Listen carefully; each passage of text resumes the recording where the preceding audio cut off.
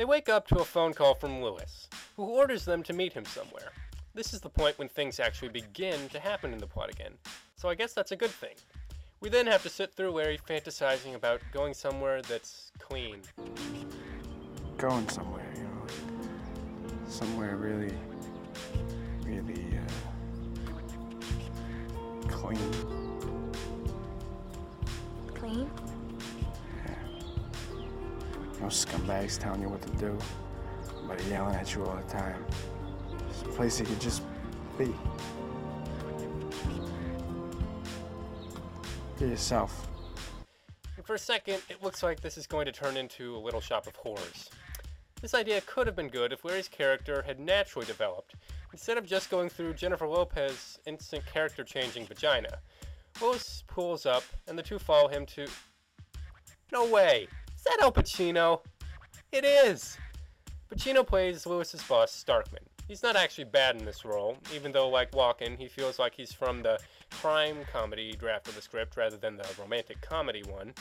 He's overacting like hell, and as we'll see, the scene he appears in makes no sense whatsoever. But the character might have been an interesting force in the film had we met him earlier and let his quirks slowly reveal themselves rather than having them explode in the one scene he appears in. Right off the bat, he grabs Lewis's gun and shoots him dead. Yes! He then brags about how he just doesn't give a shit, kind of like my opinion for the movie. He then says he's concerned with the situation. So, which is it? Starkman then reveals that he never gave the order to kidnap Brian and that it was all Lewis's idea. Remember that. Starkman did not start this. Lewis did. It's important. The filmmakers expect us to believe that Lewis is so dedicated to Starkman that he is willing to risk the mountain of charges he would get if he were caught abducting Brian, but apparently he wouldn't think to consult his boss about it first. I don't know, maybe it was a birthday surprise or something. Starkman then says that things are bad, but this is just a tease of interesting information we'll never find out. Are the police about to nail Starkman? Is he on the run? Are the police about to find Larry's apartment? Couldn't the movie have been interesting if these questions had been answered? Starkman then exposes the obvious logical fallacies in the thumb plan. A thumb has a fingerprint, and the one you sent had the wrong fucking one.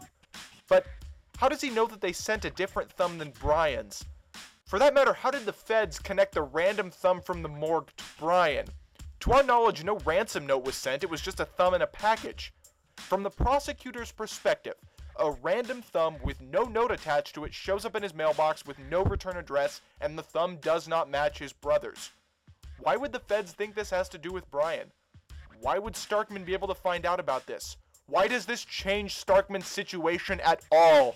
I would think it would be worse for Starkman if the thumb had matched Brian's. Starkman then delivers the one moral that can be gleaned from this movie. You don't try to extort a federal fucking prosecutor. And if you do, you don't fuck around. You don't try to extort a federal fucking prosecutor. But, if you remember, Ricky and Larry were not supposed to know that he was a federal prosecutor.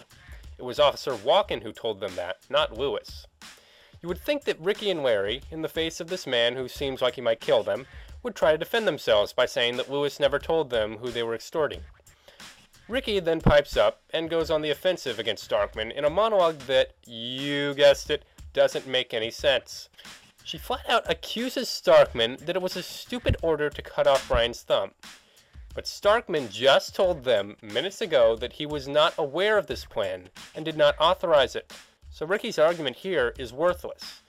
Starkman then ponders killing Ricky and Larry, and Ricky argues that this is not in his best interests. Here, even better, neither argument makes any sense. Let's think about Starkman first. Remember we said that kidnapping Brian was not his idea, it was Lewis's? This is called deniability. If Starkman ended up in court for kidnapping Brian, he would claim he had no knowledge of the plot. And you know what? He would be telling the truth. Killing Ricky and Larry would serve only to implicate him in a plot he was 100% clean of. giving Starkman no reason to want to kill them. Ricky's argument against killing them is equally stupid. She argues that if Starkman killed them, Brian would still be alive to talk to the authorities. That is asinine! What would Brian be able to tell them? He never met Lewis or Starkman, and to our knowledge, he never even heard about them. For some reason, this convinces Starkman to let them go. They pick up Brian, and Larry talks about how this is some kind of sign for him to leave his old life behind. Brian raps some more. Oh, joy. And then Larry launches into this monologue about how Brian should step up and talk to girls.